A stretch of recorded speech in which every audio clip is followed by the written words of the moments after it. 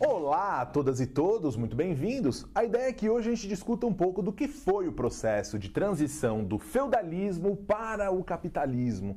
Processo que se inicia ainda durante a Baixa Idade Média, cujas cruzadas são, sem dúvida, o momento mais importante, aquilo que a gente definiu como uma espécie de divisor de águas, mas é muito importante que a gente tenha clareza de que, como sempre em história, é preciso compreender o processo e não somente os fatos de maneira isolada. Por isso, então, a gente vai hoje se aprofundar um pouco nesse processo histórico que oficialmente está definido ali, né, pelo ano de 1453, a data oficial da transição, né, do final da Idade Média e do início da Era Moderna, mas como eu ia dizendo, é muito importante que a gente tenha clareza do processo. E para entender processo, a gente tem que recorrer lá à Baixa Idade Média, lembrar das cruzadas, entender como as cruzadas romperam com o isolamento que a Europa tinha constituído desde a queda de Roma, como isso modificou aquela realidade. A própria ideia de renascimento comercial e urbano será um elemento propulsor de grande importância para a gente entender a formação da Era Moderna ou Idade Moderna. Idade Moderna que dura de quando até quando? Vamos lá. A Idade Moderna vai de 1453 até 1789. Então são aí cerca de 300 anos de história que a gente precisa compreender. Mas nesse momento o que interessa pra gente é pensar a respeito desses momentos iniciais. Como é que se moldou essa realidade a qual denominamos Era Moderna? Como foi que se constituíram as estruturas dessa realidade a qual damos o nome de Idade Moderna? Pois muito bem, como eu dizia, para entender a formação da Era Moderna, é muito importante relembrarmos das cruzadas e de como ela rompeu com a casca do ovo que isolava a Europa de uma maneira muito efetiva, pelo menos até a metade da Idade Média. Pois bem, a própria atividade comercial, a essência da atividade comercial, o funcionamento, a dinâmica de funcionamento da atividade comercial, ela não é em nada favorecida por aquela realidade que dominava o cenário europeu durante a Alta Idade Média. Do que eu estou falando? Se você procurar nas nossas aulas anteriores, você vai lembrar que a gente discutiu que a Alta Idade Média consagrou um modelo de organização política absolutamente descentralizado em toda a Europa, e que cada senhor feudal tinha plenos poderes sobre o seu território, mesmo que fosse uma só fazenda. O Estado, como a gente conhece hoje, desapareceu. A Igreja Católica assumiu funções que hoje seriam funções do Estado. Essa é a realidade da Alta Idade Média. Imagina que cada feudozinho é um núcleo de poder. Imagina o que era para um grupo de comerciantes que, sei lá, montava uma caravana de cavalos para ir buscar mercadorias lá no Oriente e trazer essas mercadorias para vender na Europa. A cada porteira fechada, em cada um dos feudos, aqueles comerciantes, na volta ou na ida, tinham que pedir autorização para cruzar.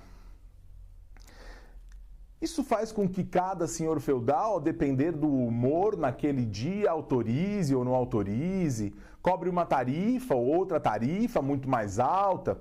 Isso impede o planejamento da atividade comercial por essa burguesia que está nascendo, essa burguesia em formação. Isso não interessa, portanto, de nenhuma maneira para a burguesia. Essa estrutura descentralizada começa a se tornar um verdadeiro entrave, um obstáculo ao desenvolvimento do capitalismo ou do comércio, se você preferir. Afinal, a gente ainda está falando de um capitalismo incipiente, de um capitalismo em formação. Pois bem, é por isso que é importante a gente ter sempre clareza de que quando falamos em transição feudo-capitalista, estamos falando necessariamente do processo de centralização política e administrativa. Em outras palavras, é aqui, nesse contexto, que surgem os países da Europa que você hoje ouve falar o tempo inteiro, que você sonha conhecer. É aqui que surge Portugal. Ué, mas não existia Portugal antes? O território que compreende o país chamado Portugal hoje em dia, é obviamente que existia. Mas o Estado Nacional Português, organizado política e administrativamente de forma centralizada, isso não existia. Portugal foi o pioneiro. Depois surgiu Inglaterra, Espanha, França. Toma só cuidado com a Alemanha e Itália. Esses dois países, tão importantes no âmbito europeu, surgiram como países centralizados e organizados administrativamente muito tempo depois, somente no final do século XIX. São casos de centralização política muito tardias. Mas quando a gente pensa em Portugal, Espanha, Inglaterra e França, aí, sem dúvida, que faz todo sentido pensar que o surgimento desses países se dá nesse contexto histórico específico a que estamos nos referindo. Então, a centralização política é justamente o fortalecimento do poder político em torno da figura do rei. Esse rei que gradativamente vai superar o poder de cada um dos senhores feudais, ou seja, de uma realidade onde predominava o poder político descentralizado, em que cada senhor feudal mandava e desmandava nos seus territórios, estamos diante agora do surgimento de um poder forte, centralizado nas mãos de um monarca que tem pulso firme, que, portanto, vai governar de acordo com os seus interesses e daqueles grupos que os apoiam, coisa que a gente vai discutir melhor em breve. Mas guarda isso, é muito importante entender que para falar de transição feudo-capitalista é preciso lembrar da centralização política que marca esse período.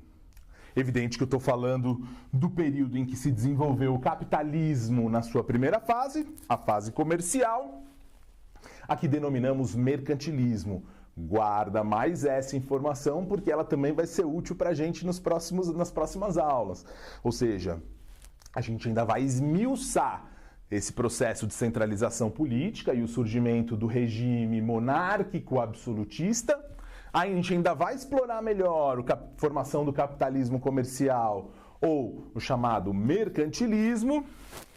E também falaremos com mais precisão nas próximas aulas sobre as inovações técnico-científicas que marcaram esse período. É claro que eu estou falando do renascimento comercial, a que já me referi anteriormente, mas que agora chegou a hora da gente entender as minúcias, entender melhor como esse renascimento fez parte também de um amplo processo de transformações, a que podemos denominar transição feudo-capitalista.